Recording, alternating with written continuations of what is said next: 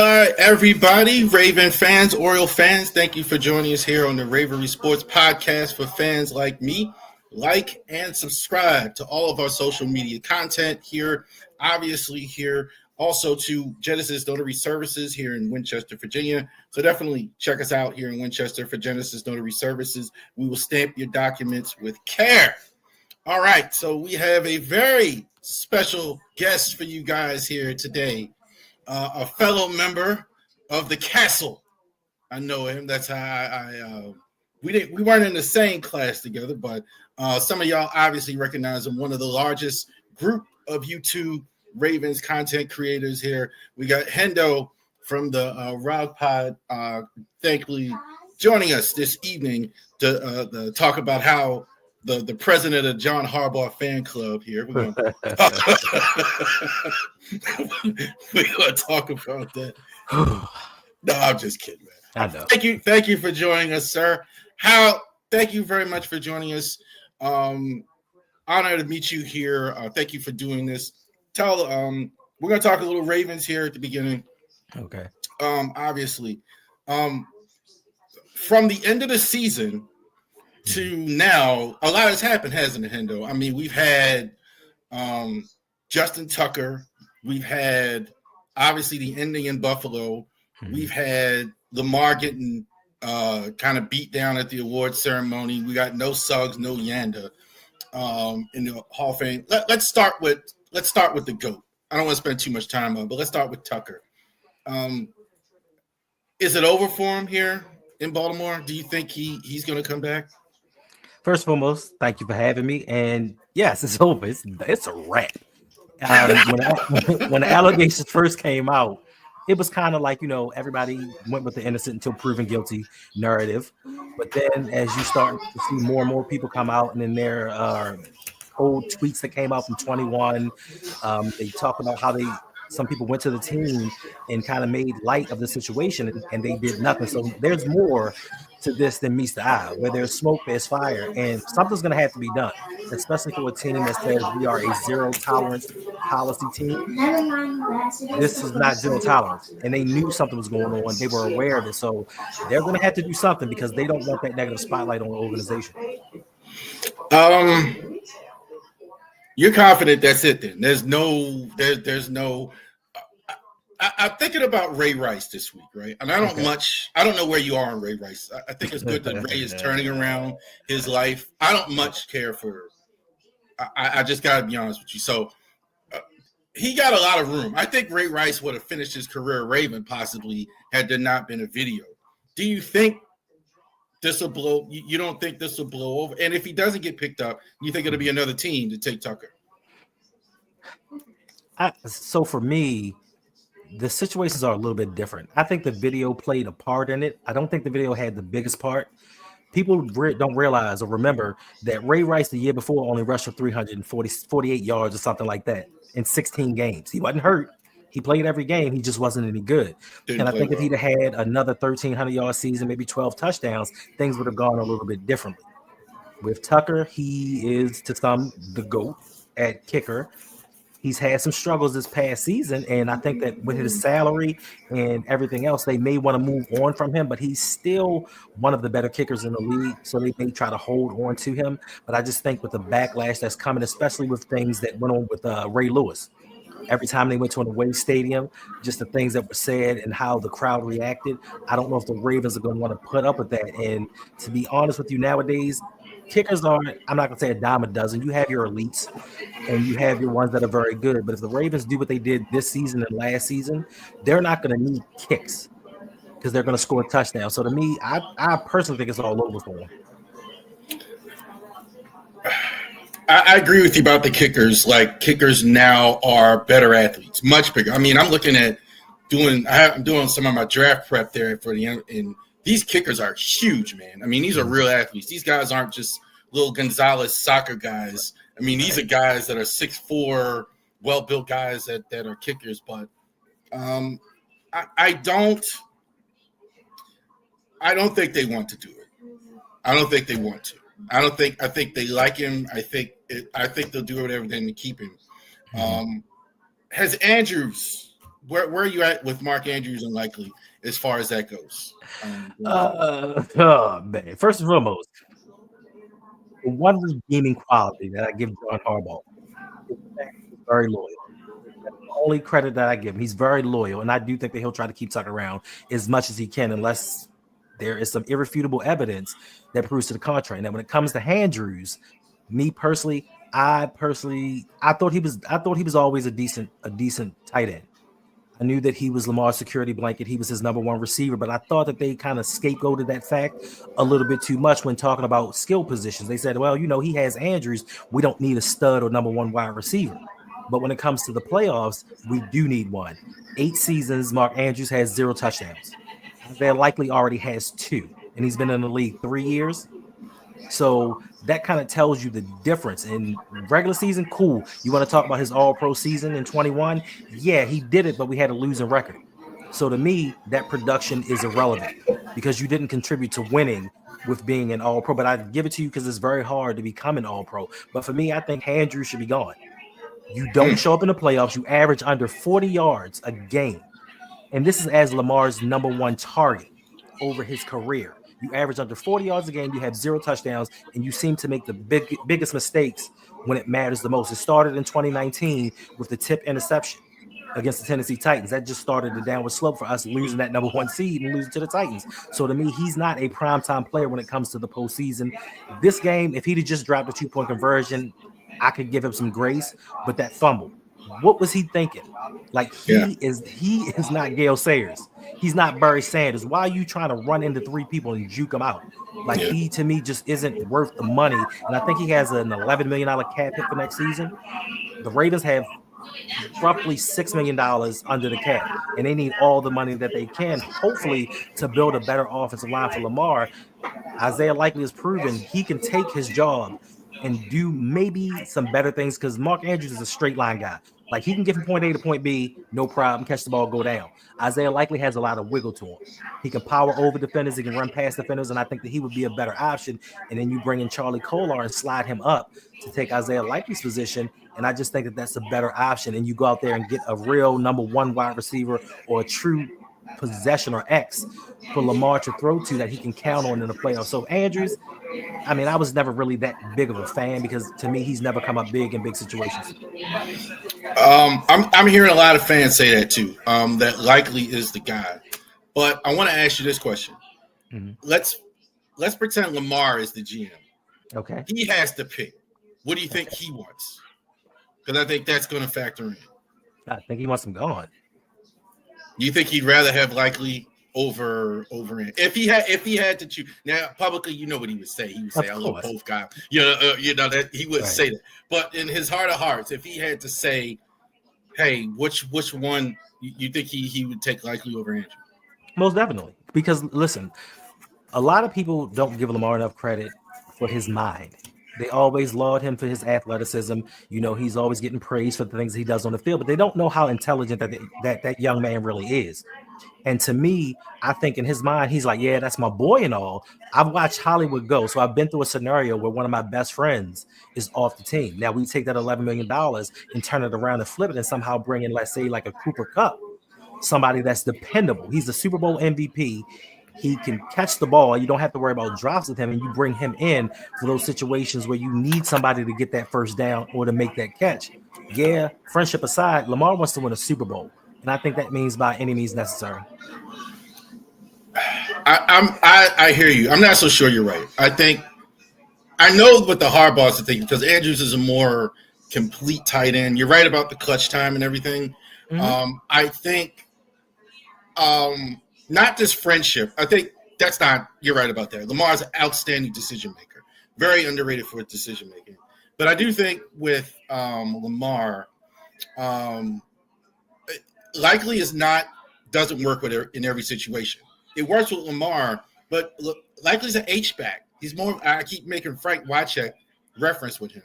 He's not quite a tight end, not quite a fullback, not quite a. Andrews is easier the way they do things. You know, Andrews would fit on any team. I don't think they're as done with him as fans think. I think everybody's ready to move on Likely, but I think they're gonna stay with Andrews at least next year. Okay, so with that being said, that H-back or that true tight end, who's been more productive in the playoffs? Throughout the course of a career? Oh, you can just add it up. You can add it up. I mean, you could whatever you want. You can put 8 years versus 3 years all you want. Who's been more productive in the playoffs? I really don't know, like off the top of my head. I mean, I you're saying I can tell you right now it's likely. I don't know if you saw that tweet about Hollywood Brown. In Hollywood Brown's 3 years as a Raven, he has more yardage and touchdowns than Mark Andrews has in 8 years. And Hollywood hasn't played here since what, 22, 21? Yeah. I'm just saying. You're making a good point. Yeah. And Lamar wants to win. He wants to win. Listen, we can be best friends and we can do amazing things. And I always tell people when I speak about things, I don't talk about things for the postseason. I mean, the regular season. I talk about things for the postseason. I'm not worried about the regular season. We always do great. We're going to win a ton of games. We're going to put up a bunch of yards. We're going to look pretty. But in the postseason is when it matters the most. And in the postseason, that's when Mark Andrews comes up the smallest. Isaiah Likely, for whatever you want to call him, he shows up. All right. So you're ready for Likely. I hear you. I do want to talk about Sizzle and Yanda and Steve Smith here. Bit of a surprise. I think Yanda didn't surprise me because he's a guard. As good as he was, I think he may have to wait to get into the Hall of Fame. Steve Smith being a receiver is kind of harder. Very surprised we didn't have a Terrell Suggs nomination for the Hall of Fame. I mean, clearly, you look at his era of pass rushers, I mean, on the top of everyone's list. What happened there? I think I even saw your last video where you mentioned it was only 4 guys. Very strange. I thought it was a very strange group. Eric Allen, Sterling Sharp, no Eli Manning getting in. Very odd. Jared Allen. Yeah, I mean, Antonio Gates. What do you think happened here with Sizzle? I don't think it had anything to do with the players in a sense. I just think that this year, I think that social media and just the internet plays a big part in everything that is done. I was just having a conversation with somebody on Twitter about Emmanuel Acho. I don't hate people like Emmanuel Acho does, because I know that he's a troll. I know he's doing things for clicks. I know he's doing things just to get people to watch him. And I remember early in the season, he said, listen, I'm really big on head-to-head matchups. So if Jaden Daniels beats Lamar Jackson, I would put him in front of him for the MVP. Well, Lamar Jackson beat Josh Allen, but he still voted for Josh Allen. And I think the same can be said when it comes to the Hall of Fame voting. I think that they're trying to stir up something, just drum up some more attention, because I can't remember the last time that the Hall of Fame only had 4 inductees. 4. And Jared Allen, he was, like I said, he was a dog. Wasn't in the beginning of his career. When he went to Minnesota, he did his thing. But Terrell Suggs has been Defensive Rookie of the Year. He's been consistent throughout his whole career. And one thing that the voters talk about is championships. Terrell Suggs has 2 Super Bowl championships. So for him to be omitted, I don't know. For me, it was just crazy to see all the old-time guys be inducted into the Hall of Fame. It was no new blood players. It was guys that have been passed over for years. So I just think that they wanted to push a narrative and just start something for the media. Sterling Sharp was a direct result of Shannon Sharp's success. And I saw Sterling Sharp as a player. I mean, I'm not talking about whether he deserves to get in as a whole. That's a whole different thing. I don't particularly like Terrell Davis, Sterling Sharp, guys who with those great short careers, me personally. But this is clearly, I mean, where did this come from with Sterling Sharp, where all of a sudden now he's getting voted in? It's clearly because Shannon Sharp is blown up and his influence, and I think that has a lot to do with it. Now, with that said, Sterling Sharp was a huge underrated factor in the Packers' success, no doubt about it. So, but okay, out of nowhere like this, he hasn't played in 10 years. You got Sterling Sharp getting in the Hall of Fame. I mean, that's kind of what was one for me as well. Eli Manning, I am surprised didn't get in either. Very surprising. You could argue whether he could get in too, but I thought he would. I just thought he would get in. I mean, Eli, you would have thought. at the same token of what you just said about Sterling Sharp, the Mannings have a lot going on in the media. So then the same would be said about Eli. Because of their media presence, he would have been inducted into the Hall of Fame. It just to me seemed like this was the year to get people who have been passed over and just get them in so they can focus on the new bloods, because Eric Allen was a dog. He was a dog at cornerback. But to me, I don't think that this was the year that they maybe included him in, especially with so limited amount of people. Like they just put some people in there. So I don't think it was because listen, Sterling Sharp was rivaling Jerry Rice at that time. Like Sterling Sharp was clearly 1 or 2 during his era. And if it weren't for that neck injury, we'd be having a different conversation. So I don't think that longevity necessarily dictates it. I think it's the impact on the game where you one of the best or the best at your position during the time that you played. And I think Sterling Sharp and Terrell Davis, I think that they were. Terrell Davis just held the record for most yards in a playoff run, most yards for a complete season. So it's certain things that they did. I mean, Gale Sayers, to your point, Gale Sayers is in the Hall of Famer because his career was so short, but everybody knows his impact on the game. So, I mean, I just think that this year with the voting, I don't know what they were thinking, to be honest with you, because they could have included those guys, but brought other guys in. I agree with you. I mean, in that sense, I thought it was very strange. The MVP vote was very strange.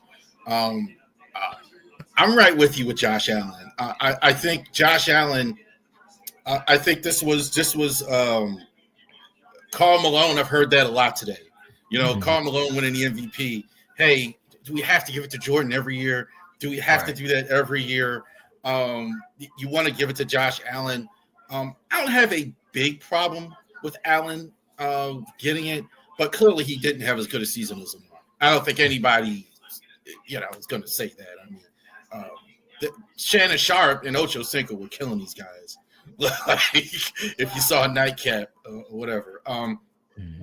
What are you at? Where you at on the MVP there? With that? This is garbage. It was more about sentimentality than anything else. He's been so close for all these years. He doesn't have one. Like, he's a really good guy. He's improved as a quarterback. Now, Josh Allen is one of the great quarterbacks in this league right now. He's top 5, top 4, maybe even top 3, depending on how you feel about Joe Burrow. But to me, I knew how this was going to go when I saw the FedEx Air and Ground award winners. And they made him the air winner in the league, where he was 14th in the league in yardage with 3,731 yards. He was 7th in the league in passing touchdowns with 28. So you're in the middle of the pack when it comes to passing, but somehow you won the air award for best quarterback. So I knew what kind of situation it was in, because I thought he might have won another award, Sportsman Award or something. Like, it was just a Josh Allen type night. And I knew that this was coming because on Twitter a month or so ago, a couple weeks ago, when they were going through to play for the AFC Championship, somebody from the Denver Broncos, not the organization, just the fandom, tweeted, "Josh Allen, you're playing for America." And I knew what that meant, because you had 3 black quarterbacks and you had him, so he was their last hope. And that's kind of what it feels like, because statistically, like you said, Lamar Jackson, amazing. He was first team All-Pro. He's the first quarterback in NFL history to have 40-plus touchdowns and less than 5 interceptions. First quarterback in NFL history to pass for 4,000 yards and rush for 900 yards. Like, he has eclipsed so many things this year alone to where he should have been the MVP. And the Buffalo Bills fans are going to tell you, well, Josh Allen had more wins than Lamar Jackson. Well, Patrick Mahomes had more wins than Josh Allen. What are we talking about here? Okay, so you kind of did it there, and you kind of did it on your stream. You kind of talked around it, and I'm not going to. Okay. The race thing, right? Yeah. Lamar, I think, has a bit of a problem, kind of similar to me to Allen Iverson had, right? Of course. They always kind of frame it as marketing, and there are certain people, and I saw this in the contract negotiation, that are just not going to rock with Lamar. Right. Straight out, like, I mean, that's just how it is. Fair or not, I think everybody's past the point of saying he can't pass and all that. But that's kind of crazy. But there is a level of we have to have a Josh Allen there, right? We have to have the Mannings there. We have to have there's a certain group of Ravens fans even that don't like. That's been my experience over the years. So I certainly think that's a factor for some people. It's unfortunate because look, going forward. Look, Cam Ward in the draft, Shedeur Sanders, Jaden Daniels. You look at next year's draft, you're going to have it's changing. Yeah. So I think you're hoping for that. I mean, you might be waiting a while for that. It's kind of unfortunate that we still have fools out there thinking like that. Yeah, it's crazy. I mean, it's crazy because and to me, I don't think that they necessarily need a Josh Daniels. They just need someone that they feel safe. If you're going to be the face of the league, which Lamar Jackson could be because he is the best player in the league. Shout out to Patrick Mahomes. He's the greatest winner in the league right now. But talent-wise, Lamar is the best. But the one thing is Lamar doesn't speak the Queen's English. Lamar is comfortable in his own skin being himself. He wears gold fronts. Like, where have you seen a quarterback do that? I remember there was a lady on got on the radio and said that Lamar Jackson played bad because his cornrows were out and he didn't have his hair neat. That's why he didn't play as well. Like, they're looking for any narrative to push him down, and we get a lot of it, like you said, from even the Ravens fan base. There are a couple of YouTubers I remember that were talking about Lamar during the contract negotiations, and one of the guys was like, "Who do you think he is, Josh Allen?" And that's when I stopped watching him because I was like, "Yeah, I already know." I know who you're talking about. I'm not gonna say the name, but yeah, it's two of them. It's two of them, but the Weasley looking one, he was the one. He was the one that said it. Then you had Ryan Mink. He works for the Ravens. Yeah, he also was in there talking about, well, Lamar should take whatever they give him. Now he's all, oh yeah, Lamar's the best. Lamar's the best. Mm-hmm. Like, I mean, tuck your racism in, tuck it in just a little bit. I mean, you're representing a team that has a black quarterback who is the best player on this team. Without him, I don't care what they do defensively. This team doesn't do much of anything. But yet still, people within the fan base, and I go on the websites a lot, and I see certain people, and I can tell where they're from and who they are by some of their comments when they talk about Lamar. They don't give any blame to John Harbaugh. They don't give any blame to EDC, who just had an interview talking about, I got Lamar the weapons and I got him the offensive line. When? You got him offensive line this year and said, hey, we'll be good next year. What? We're in the Super Bowl window now. You're talking about next year? So, it's always going to be on us because we have to work twice as hard to be half as successful. I mean, even in Ravens YouTube, since we want to be honest with everything, even in Ravens YouTube, there are some YouTubers out there that get a pass and have a little bit more success for other reasons, whereas we have to work twice as hard and like I said, get half the success. Well, I'm not going to go too far on the YouTube thing, but the algorithm, right? Mm-hmm. Looking like we look, they send the videos to people who look like we do, right? And so that's less people, so it's it makes it more difficult. That's like a lot of things. So I definitely think that's true. Real quick, can't go out without talk. We're gonna go a little bit further, but John Harbaugh. I know you're gonna disagree with me when I say I thought Harbaugh was better this year as a coach on offense. He featured a running back, even though it was Derrick Henry. It should be obvious. He did much better. He had a bell cow because I've never seen him with a bell cow since Ray Rice was here. He actually was featuring a receiver. Usually with the receivers, he says, well, you kind of get what you get. This is how it flowed, blah, blah, blah. Actually throwing the ball to Zay Flowers early and often in games, not just the tight end. So I thought there was some improvement. I thought the Falele thing was ridiculous. Okay. Ben Cleveland should have played at some point. Defense is always good when they got anything you're going to give Harbaugh good this year is as far as a grade. As well. Anything you could give him positive there? I give him a C+. To your point, with the Falele situation, with the Andrew Voorhees situation, Derrick Henry was great because he's Derrick Henry. He did well in spite of this offensive line and your head coach putting people in his doghouse instead of playing the best players available. Now, when it comes to featuring Zay Flowers and the wide receivers, that was Lamar taking more control of this offense and audibling at the line and making certain decisions, and Todd Monken doing his thing. I don't think that had anything to do with John Harbaugh, because if you watch John Harbaugh, especially on Hard Knocks, he just stands on the sidelines and looks clueless. Now, fast forward. Now, I will say he did get better towards the end of the year in managing games, his challenges, bringing out the flags, his timeouts, and everything like that. He did get better. I give him that much. But then once again, we get to the playoffs, and what happens? Same old thing. We get that bell cow. Now, Derrick Henry is 10 times better than Ray Rice. but he got 16 carries. This is how we lost each and every season prior, not running our running backs. And yet and still, here we are again, going into Lamar Jackson's 7th year, and we're losing the same way. And you can tell it's starting to get to him, because at the press conference after the game, they said Derrick Henry's 16 rushes. Oh, that's just how the game went. All right, gotta leave. He knows. When do you, my only issue with John Harbaugh is, when do you learn from past mistakes? Everybody, listen, everybody ain't cut out to be Bill Belichick during the height of his career. I get that. But when did you sit there and say, all right, this year we lost because we didn't run the ball. This year we lost because we didn't run the ball. This year we lost because we didn't run the ball. Now we have Derrick Henry, one of the all-time greats, and we don't really run the ball. Last year I'm with you as far as the Kansas City and the Chiefs. I'm totally with you. You should have ran the ball. This year they were losing. I think that had something to do with it in the game. They weren't winning the whole time. When you're behind, you tend not to do that. And I don't think the Ravens are the only team like this. A lot of teams forget to run the ball.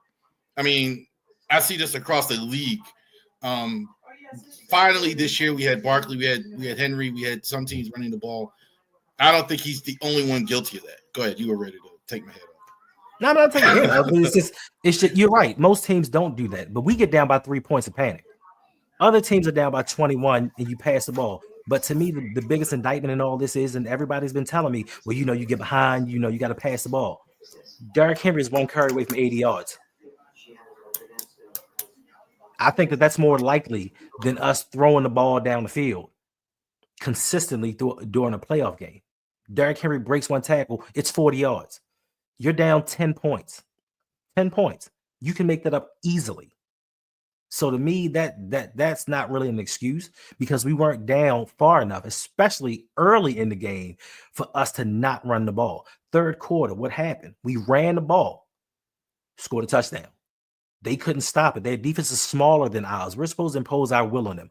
We're supposed to play Baltimore Ravens football. We're supposed to be the bully. We're supposed to be the bigger, badder team, but Buffalo out-Ravened us. But then in the third quarter, we got back to our identity and we ran the ball on them. And then we said, you know what? That worked. Let's zag instead of zigging, and let's go back to passing. And this is why we lost. We get down to the goal line and score a touchdown. You run a 2-point play and have Derrick Henry in motion. So as a defense, I'm like, oh, he's not in the play. Let's focus on the pass. Like, it's just certain decisions that John Harbaugh does, because I don't blame Todd Monken for a lot of things, because every coordinator that's been here outside of Gary Kubiak is running John Harbaugh's system. And we keep running the same 2-point play that hasn't worked in the past. That's not Todd Monken. I agree. So I totally agree. I said that at the beginning. I stopped even saying Monken's name for a while because I'm not falling for that anymore. We're seeing the same stuff with different coordinators. It's the head guy, not the coordinator. Absolutely right. So I'm just saying, like, everybody's like, you're a John Harbaugh hater. Like I had like 20 people unsubscribe to my channel. They're like, you're a John Harbaugh hater. I'm like, I'm not a John Harbaugh hater. What I am is I'm a realist. I realize that there are people that can only take you so far in life. There are people that can get you to a certain point, and then from there you have to move on. And I liken it to the Golden State Warriors. Mark Jackson came in and turned the Golden State Warriors around. He got them from being one of the worst teams in the league to playoff contenders. I think he won 50-something games, 57, 51 games in his last season, and they fired him. Brought in Steve Kerr, and what happened the very next season?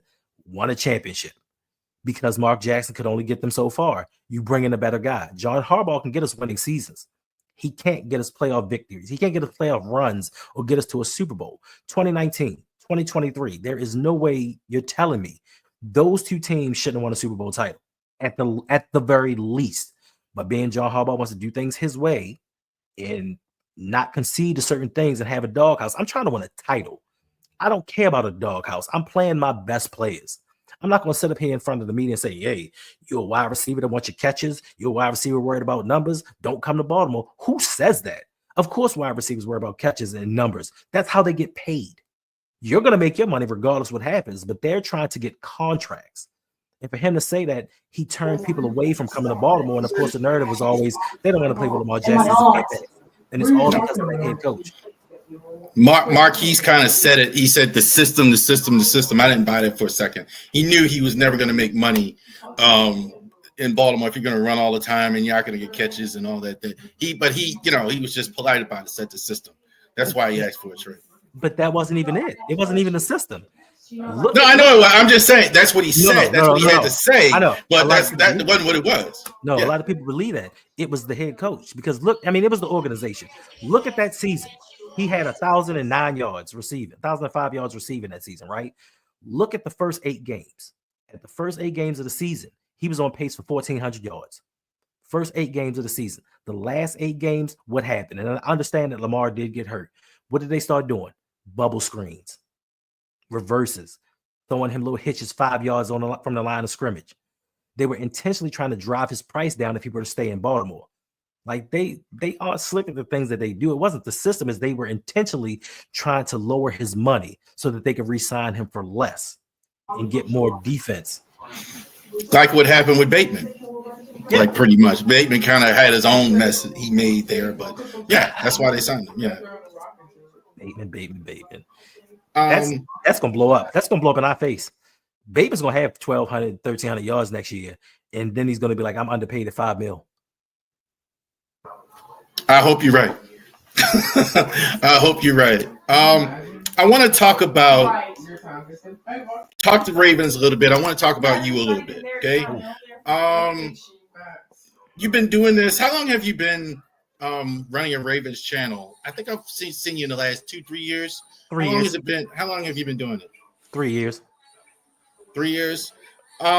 What inspired you to do this? As far as like doing Ravens content and all that, outside of the obvious. I mean, being a Ravens fan, living in Baltimore. You're a West Baltimore guy, right? From what I know. What you said on the stream. You know that. So it just came a time where I just got into YouTube. Like I never really thought of YouTube as entertainment. Like I would just go in there and search for things. And then one day I came up on a podcast and I was listening. I'm like, oh, they're specialized. Like I didn't know that it was like that. And then that led me to Lunch Break Hot Take with Jose and Brodney.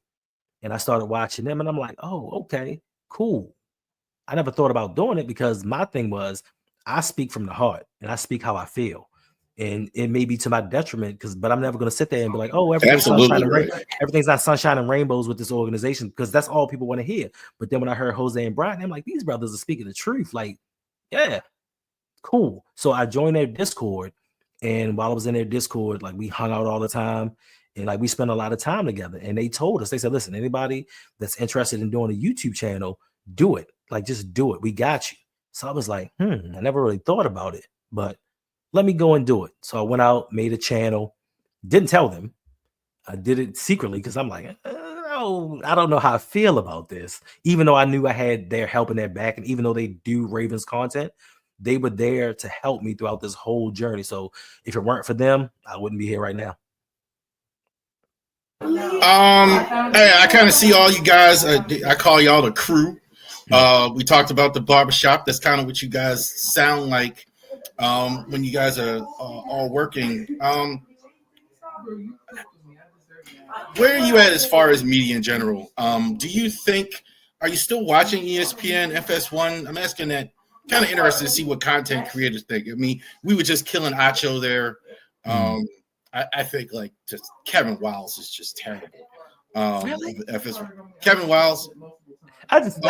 When I see it, I just think he's funny. Oh, he's horrible. I mean, he's absolutely just.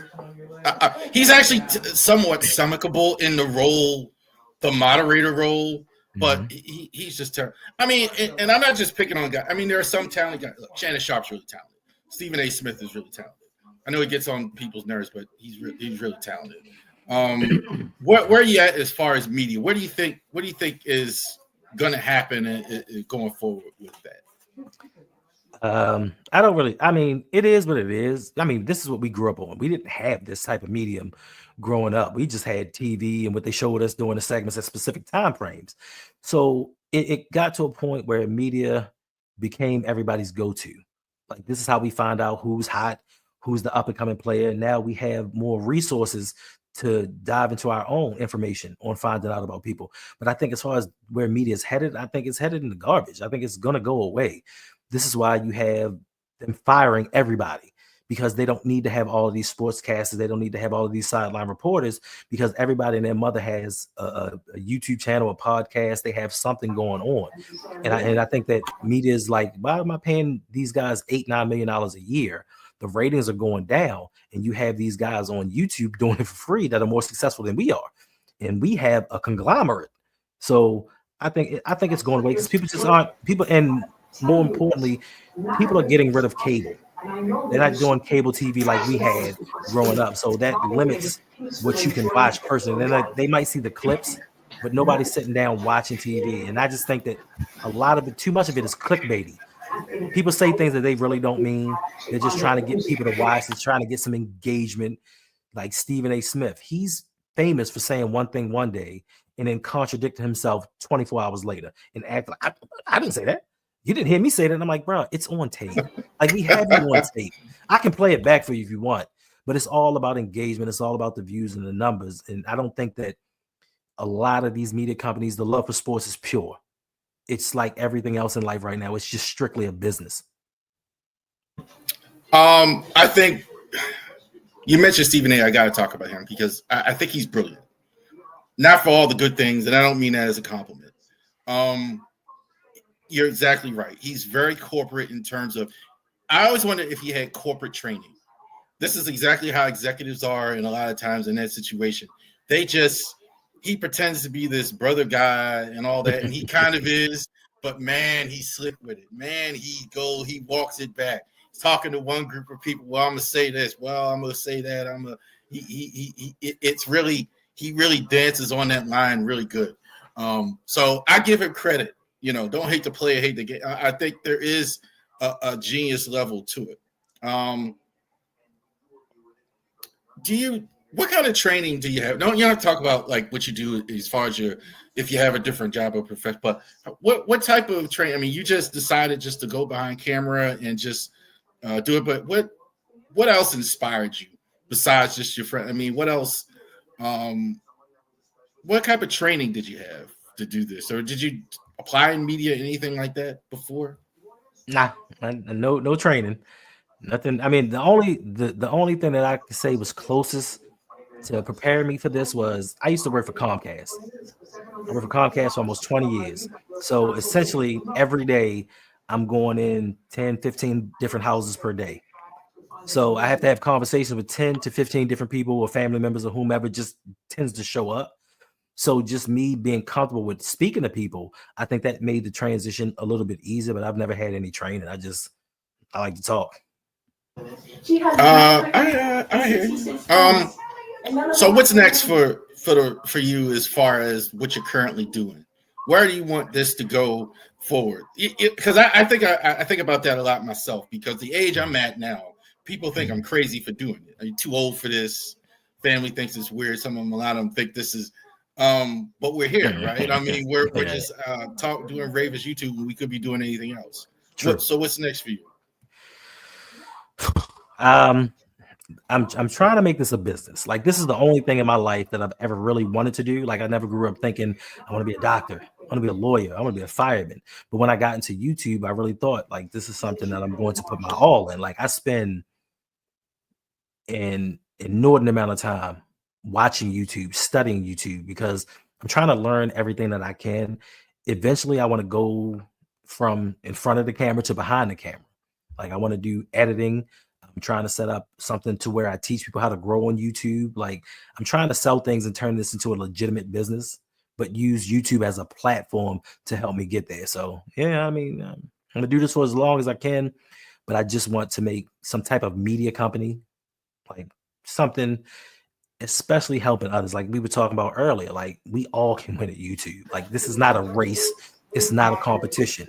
You can have 50 Ravens YouTube content creators and everybody can watch all 50 of them, and it doesn't hurt the other one. So help people grow, make some videos, edit some videos, do some other things, maybe manage some people, manage some sites, wherever this takes me. Yeah. Because it took me like 2-3 times to watch before I saw it. Do you think that that this is something that you said as far as you want to go, so this is something that you would want to do going forward? Would you trying to think of the right way to put it. How many others do you want to bring on? I mean, how many other people do you want to bring on as far as that goes? What type of content? We're African Americans. I see that like heavy in your content. Is that something that factors into that, or do you want all different types of people in the content? Because watching it, I kind of feel like it's for me and you here, like that type of content.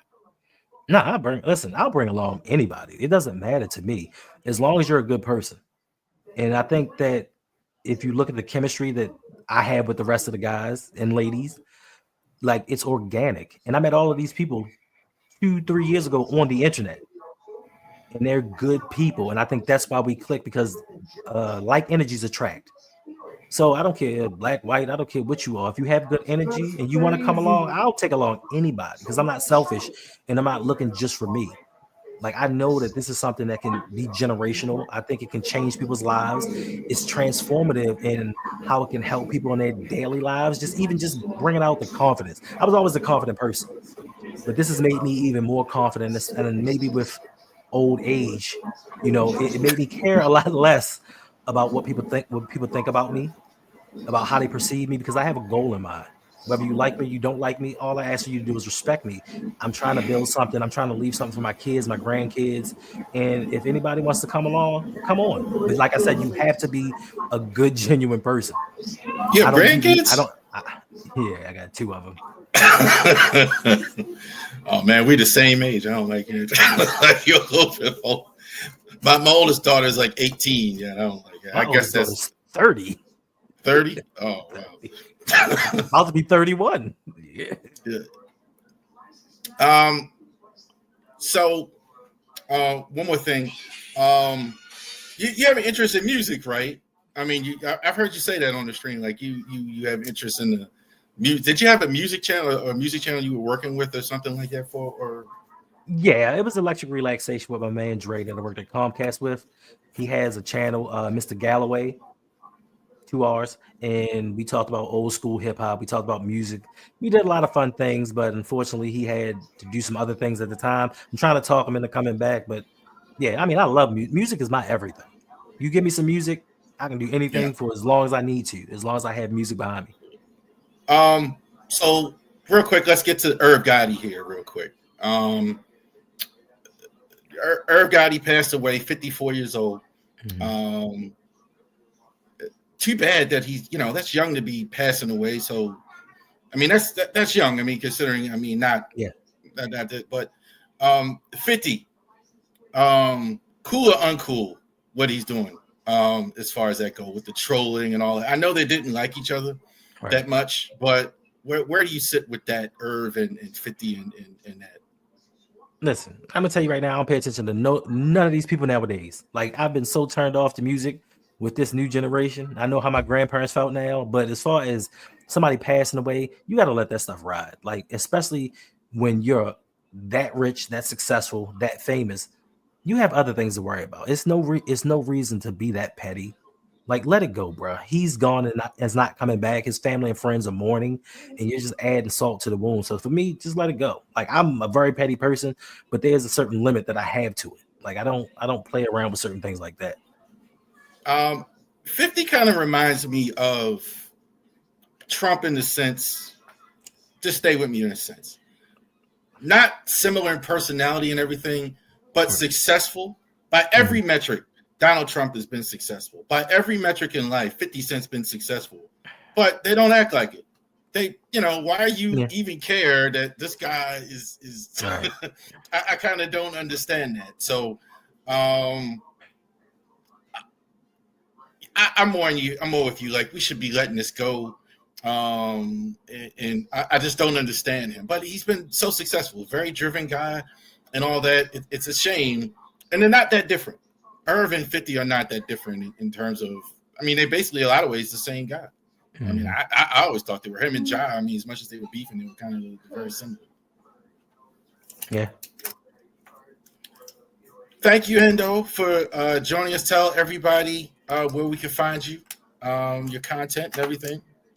You can find me on the RouG Pod on Instagram, Twitter, Facebook, TikTok, and Blue Sky. Blue sky. All right. Thank you, sir. All right. Thank you very much for all of you for joining us for the Ravori Sports Podcast. Enjoy right after this. We're going to have our Super Bowl preview if you're watching this for the first time as we're airing it. Thank you very much for joining us on the Ravori Sports Podcast, and you enjoy the rest of your day. Thank you.